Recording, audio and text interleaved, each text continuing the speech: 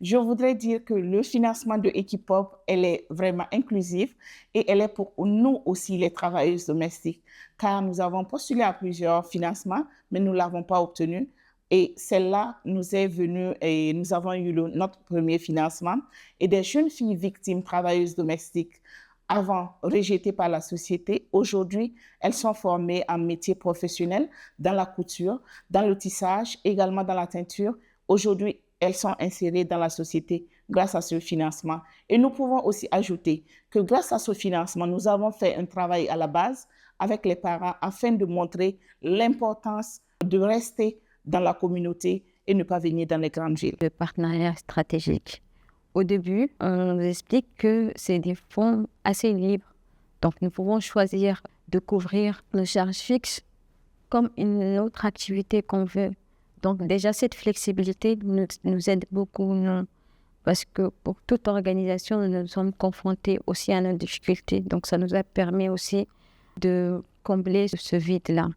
Donc là, nous sommes à la seconde financement du partenariat stratégique avec IPEF. Et pour ce qui est de Elzact, nous sommes en train de tourner un documentaire.